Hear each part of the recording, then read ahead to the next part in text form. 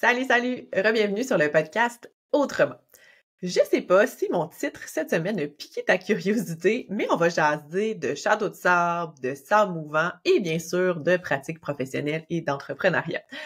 Mais j'avais envie de partir d'une analogie cette semaine qui me parle beaucoup, dont je parle souvent aussi, là, si tu me suis depuis un petit bout de temps, et c'est l'analogie du château de sable. Donc, souvent, ce que je vais te dire, c'est que comme professionnel, la santé, de la relation d'aide, particulièrement quand on est encadré par un ordre professionnel, on a des contraintes et des balises. On a un certain cadre qu'on doit respecter.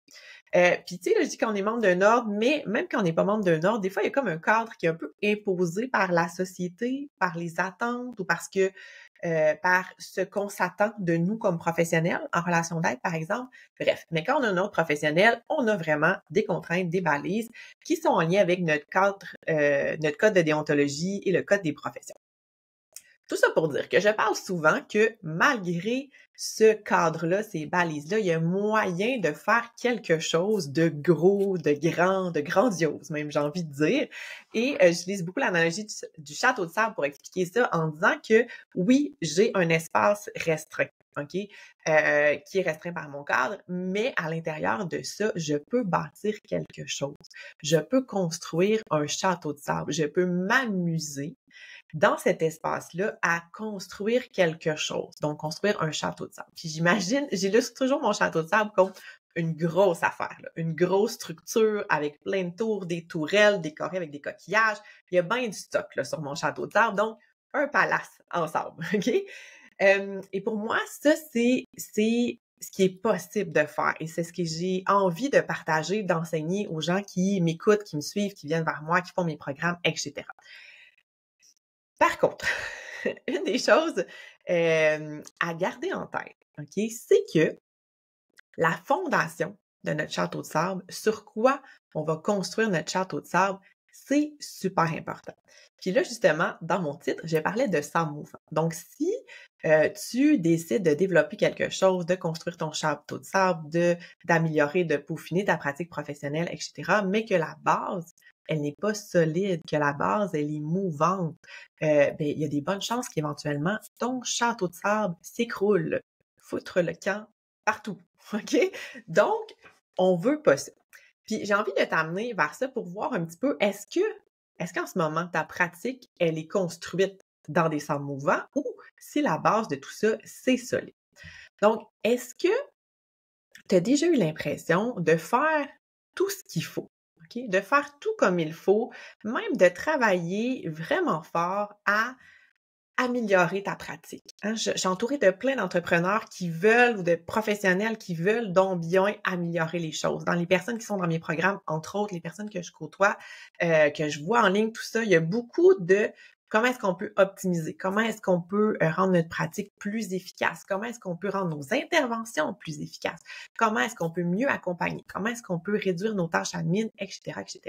Donc, tout ça, c'est vraiment génial, c'est important, on a besoin de faire ça, mais ça se peut que même si tu fais tout ça, tu te sens quand même débordé, surchargé, pas tout à fait aligné, pas tout à fait, que tu n'as pas tout à fait la pratique que tu voudrais avoir, même si tu travailles vraiment fort à tout améliorer, optimiser, rendre plus efficace, etc. Puis, dans le fond, c'est peut-être parce que ton château de sable, il n'a pas une base solide. Il est dans le sable mouvant en ce moment, fait que c'est fragile, ça bouge, c'est pas safe, c'est pas stable, puis c'est pas quelque chose qui te rend bien confortable. Donc, quand on va peaufiner ou améliorer quelque chose, un système, une pratique, je vais l'appeler la pratique, là, une pratique qui est pas la bonne, OK? On a comme l'impression qu'on s'améliore, qu'on perfectionne, mais finalement, c'est pas tant le cas que ça, ou c'est peut-être pas la bonne façon ou la bonne chose à faire en priorité. OK? Je t'explique tout ça. Donc, par exemple, un des exemples très concrets de personnes que j'ai accompagnées dans mon programme Propulsion, des personnes, par exemple, qui se disent « OK, parfait, je veux optimiser mon temps, je suis tannée de faire mes notes de suivi en soirée, j'ai besoin d'organiser mon horaire pour X, Y, Z raisons personnelles, c'est super. Mais là, par exemple, une des solutions envisagées, c'est de dire, OK, au lieu de faire des rencontres de 60 minutes, je vais faire des rencontres de 50 minutes et je vais garder ce 10 minutes-là de libre pour faire ma note de suivi, par exemple. OK?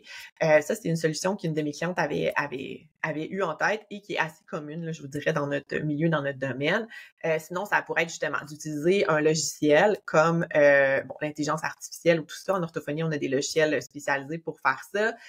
On peut le faire avec un logiciel plus bref, un logiciel comme GPT, mais en enlevant les noms, les données sensibles, etc. Bref, il y a des façons de faire ça, il y a des choses qui existent maintenant. Donc, on peut à ce moment-là sauver du temps parce que, justement, nos notes de suivi prennent moins de temps à faire parce qu'on utilise une intelligence artificielle pour nous aider à rédiger, par exemple. Ça pourrait être d'automatiser des tâches administratives. Moi, j'ai encore des gens qui n'ont pas de système automatisé de rendez-vous et qui n'ont pas des reçus qui sont faits de façon systématique avec un logiciel de rendez-vous. Donc ça, pour moi, c'est comme une perte de temps vraiment importante et vraiment inutile. Donc ça, mettre en place tout ça, déléguer des tâches admin, fait que voir un petit peu c'est quoi ma zone de génie à moi, qu'est-ce que je fais bien, qu'est-ce que c'est pas moi qui a besoin de faire, qui devrait faire, déléguer ça à une adjointe, etc. Donc je vois beaucoup ça dans l'amélioration, puis c'est correct, j'en parle souvent. J'ai fait un atelier complet cet automne sur ça, sur la pratique allégée, comment est-ce qu'on peut alléger notre horaire, déléguer des choses, trouver notre zone de génie, etc. Je pense que c'est hyper utile, pertinent, efficace, etc. C'est pas ça mon point ici, c'est de dire que c'est peut-être pas ça le vrai problème qui fait en sorte que tu es débordé, épuisé, surchargé, que tu n'as pas autant le feu et l'enthousiasme que tu avais pour ta pratique. OK? C'est peut-être une partie du problème, mais peut-être que c'est plus gros que ça, qu'il faut aller creuser encore plus en bas, plus à la base des choses. Fait que je reviens avec mon exemple de rapport ou de note, OK? Est-ce que c'est vraiment la rédaction de ton rapport, par exemple, qui te prend trop de temps, le problème, ou c'est le fait que tu dois faire des rapports? OK? Fait que si on revient en arrière, là, oui, ça prend plus de temps à faire. Oui, ça me prend du temps à faire mes rapports. J'aime pas ça. Je veux optimiser. Je veux sauver du temps. Oui. Est-ce que tu as besoin de faire autant de rapports que ça? OK? On garde ça en tête. OK? Est-ce que c'est une exigence réelle dans le cadre de ta pratique? OK? Ou c'est comme plus une habitude que tu as, qui est ancrée. Puis là, quand je parle d'une exigence dans le cadre de ta pratique, c'est comment est-ce que tu vas offrir tes services qui va faire en sorte que tu vas devoir faire des rapports. Tu sais, des rapports d'évaluation dans certains programmes ou avec certains professionnels que j'accompagne dans leur structure d'offre de services, il y en a presque plus de rédaction. OK? Fait que, au lieu d'optimiser le temps de rédaction de rapport, si tu enlèves la rédaction de rapport de ton offre de service, ça pourrait être une option. Donc ça, un autre exemple par rapport à tout ce qui est les ajustements d'horaire pour les rendez-vous. Oui, tu peux réduire de 10 minutes tes rendez-vous pour avoir le temps dans ta journée de faire tes notes, etc. Est-ce que tu as besoin d'avoir autant de rendez-vous dans ton horaire? Je pose la question. Est-ce que c'est nécessaire que tu vois tes clients de façon systématique, régulière, chaque semaine, chaque 2 semaines? Est-ce qu'il y a une autre alternative que tu pourrais faire qui ferait en sorte que tu réduirais les plages horaires et donc le temps que tu as et donc éventuellement la rédaction de notes, mais est-ce que c'est nécessaire d'avoir autant de rendez-vous? Fait que oui, diminuer le temps des rendez-vous, c'est une alternative, mais revoir le fait que tu as autant de rendez-vous, que tu vois tes clients de façon régulière, est-ce qu'il y a d'autres alternatives à ça? Que tu pourrais faire des groupes, des suivis indirects? Est-ce que tu pourrais, je sais pas moi, faire des capsules pour certains rendez-vous, etc. Il y a plein de choses qu'on peut penser, qu'on peut évaluer pour changer ça, le nombre de rendez-vous. Fait que ici, je te donne des indices ou des pistes pour essayer de reconnaître, est-ce qu'il y a des sables mouvants en ce moment sur ton château? Est-ce qu'il y a des choses que tu vis, que tu ressens qui pourraient indiquer qu'il y a des sables mouvants? Fait que des indices là, que le problème pourrait venir de ta structure comme telle et pas nécessairement de ton efficacité, de ta productivité. Puis pourrait avoir le fait que tu te sens toujours fatigué, épuisé, débordé, même si tu as fait toutes les optimisations possibles et imaginables. OK? Même si tu es plus efficace, tu n'arrives pas à atteindre un équilibre dans ta pratique. OK? La surcharge, elle disparaît pas. Le sentiment d'être surchargé, débordé, ça disparaît pas. tu sens que ta pratique est rigide. OK? Tu n'as pas la flexibilité que tu aurais envie. OK? Tu as l'impression qu'il faut que. OK? Il faut que je fasse ça dans mon domaine, c'est comme ça que ça se passe, etc. Fait que toutes les il faut que, c'est un indice. OK? Je te dis pas qu'il n'y a pas des obligations, hein, j'en ai parlé au début de l'épisode, il y a des obligations, mais les il faut que dans mon domaine, telle affaire, pour moi, c'est un indice que peut-être là, au niveau de ta structure, il y a quelque chose qui fonctionne pas ou qui pourrait être revu, amélioré. Un autre indice, ça pourrait être que tu envies les autres personnes. Tu envies les autres professionnels. Puis ça aussi, je l'entends, hey, je vois telle personne, ou hey, moi, je te regarde aller. Des fois, c'est par rapport à moi que mes clients me disent ça, mais je te regarde aller, puis ça a l'air donc bien plus facile, plus léger. Peut-être ça va venir éventuellement avec le temps, etc. Fait que de voir d'autres personnes, de voir qu'est-ce qu'ils font, de voir leur pratique, puis de sentir, d'avoir un peu d'envie par rapport à ça, de dire, hey, moi aussi, j'aimerais ça. J'aimerais ça être comme ça, j'aimerais ça me sentir comme ça, j'aimerais ça que ça soit aussi facile, me semble être toujours à date dans ses dossiers, dans ses notes, me semble, OK, ça. Ça, c'est peut-être un indice aussi. Puis, on garde en tête, là, ça aussi, j'en parle souvent, mais ce qui fonctionne bien pour quelqu'un va pas bien fonctionner pour toi. Ça, c'est hyper important parce qu'on a vraiment, vraiment tendance à se fier aux autres personnes, à se fier à des modèles, à des structures, puis même quand on est dans l'innovation, hein, hey, telle personne fait ça, je pourrais essayer ça, telle personne fait ça, hey, c'est vraiment une bonne idée, je pourrais essayer ça. Des fois, oui, des fois, ça nous inspire, mais ça veut pas dire que ça va fonctionner. Ça veut pas dire parce que tel autre professionnel que tu connais ou que tu as vu en ligne va utiliser telle stratégie, telle méthode, changer son offre de service de telle façon que ça va te convenir à toi. OK? Fait que ça, on fait vraiment, vraiment attention à ça. Il y a un travail de réflexion qui est beaucoup plus profond que juste aller voir les possibilités, ramasser 2-3 affaires puis mettre ça ensemble. On n'est pas là, quand on veut revoir la structure et enlever les sables mouvants. D'ailleurs, comment est-ce qu'on fait ça? Reconstruire une base solide, reconstruire notre structure. Bien, justement, première chose, c'est de remettre en question les obligations réelles. OK? Puis là, j'insiste sur le réel. Est-ce qu'il y a des choses que ton ordre professionnel exige vraiment puis que c'est t'as pas le choix, OK? Ou c'est ce que tu penses que tu dois faire? Puis là, ici, on fait attention parce qu'encore une fois, moi, j'apprends encore à ce jour et j'ai appris beaucoup dans les dernières années que ce que tout le monde fait, en passant que c'est obligatoire, que c'est ce qui est attendu par l'ordre professionnel, c'est pas toujours le cas. Puis, des fois, les contraintes, balises, limites de l'ordre sont quand même floues. Hein? C'est un code de déontologie, c'est un document écrit. Puis des fois, il y a beaucoup de choses qu'on peut faire dans ça, qu'on pense qu'on a l'obligation de, mais que finalement, c'est pas le cas. Puis tu sais, un des exemples très, très concrets que je pourrais dire par rapport à ça, c'est tout ce qui est l'évaluation, au niveau de l'évaluation. Dans le cadre, en fait, de notre pratique en orthophonie, oui, on a une obligation de faire une évaluation, d'avoir un jugement clinique, etc., etc. Mais on peut faire une évaluation dynamique, on peut faire une évaluation sur plusieurs rencontres. Donc, c'est pas « je dois évaluer l'enfant absolument avant de le voir ». On peut faire des évaluations sur certains aspects selon la demande qu'on a. Fait que si on fait une évaluation en fonction du motif de consultation, du besoin de consultation. Donc, si la personne vient nous voir pour X besoin, ben dans certains cas, on n'est pas obligé d'évaluer toute la patente au complet. On peut dire, OK, j'évalue cet aspect-là, j'observe, qu'est-ce que je porte mon jugement clinique, ma conclusion, etc. Puis à la limite, on peut dire, hey, je pense qu'il y aurait peut-être des défis là, là ou là, mais dans le cadre de la demande, c'est pas ça que j'ai regardé parce que c'était pas ça la demande. Ça, c'est quelque chose qu'on peut faire aussi. Fait que là, je vous parle de mon cadre de travail à moi, mais il y a tellement d'alternatives comme ça dans les cadres professionnels qu'on est tellement pris dans nos balises, dans nos œillères de faut faire ça, tout le monde fait ça comme ça, qu'on voit pas non plus les possibilités. Fait que remettre en question tout ça, c'est hyper, hyper important. C'est quoi les obligations réelles? Qu'est-ce que tu peux faire sans enfreindre les règles? Et il y a beaucoup de choses que tu peux faire et que tu ne sais pas, by the way. Définir ce qui est essentiel pour toi dans ta pratique. OK? Est-ce que ton offre, elle est construite autour de ce que toi, tu veux comme pratique, comme vie, j'ai même envie de dire? Ou est-ce que tu as construit une pratique pour répondre aux besoins de tes clients en fonction de ce qui se fait habituellement dans ton domaine? Donc, ça, c'est hyper important.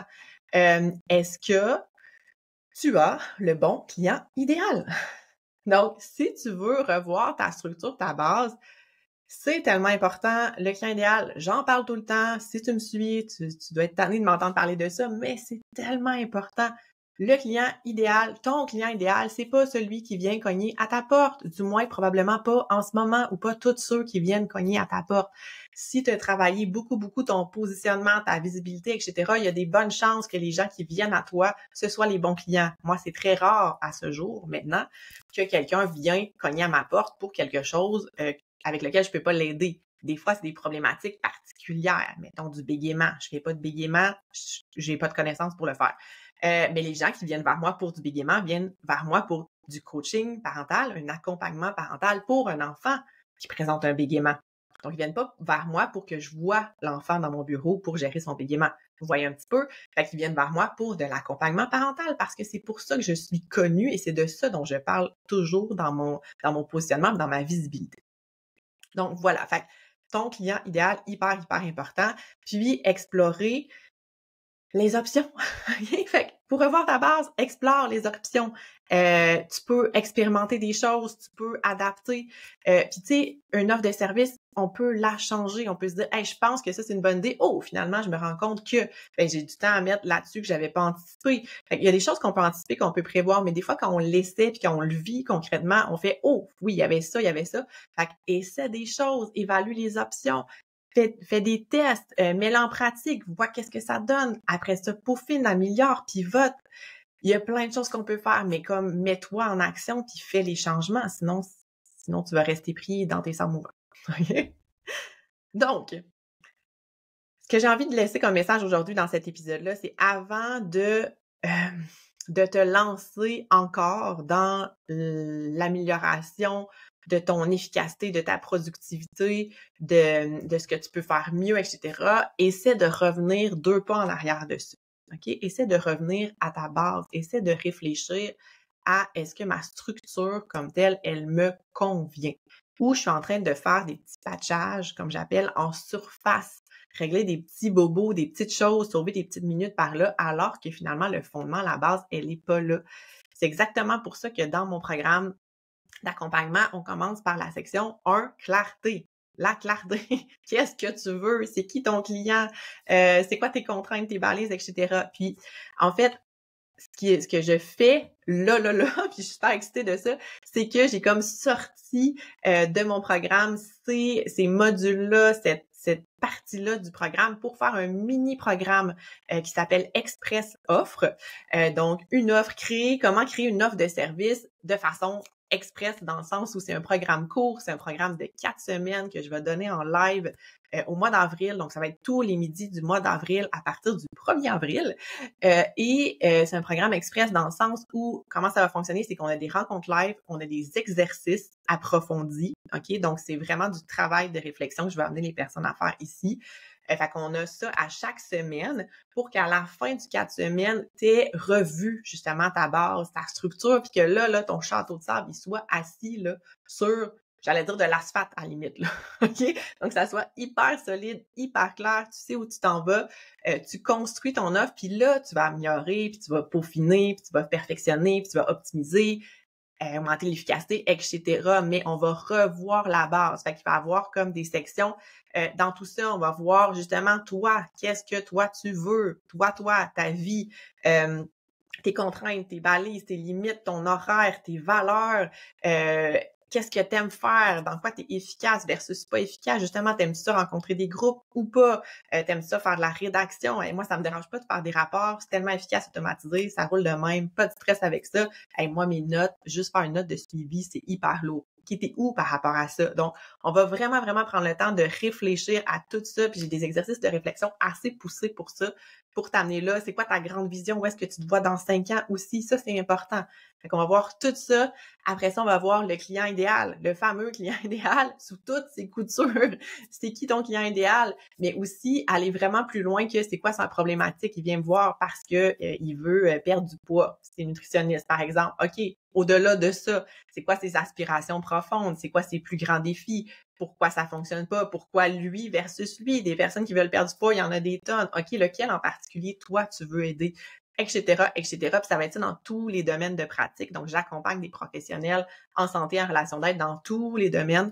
Donc, physio, ergo, nutritionniste, travailleurs sociaux, psychoéducatrice, name it, OK? Fait que même, j'ai accompagné des personnes, même qui sont des professionnels, mais qui sont pas nécessairement dans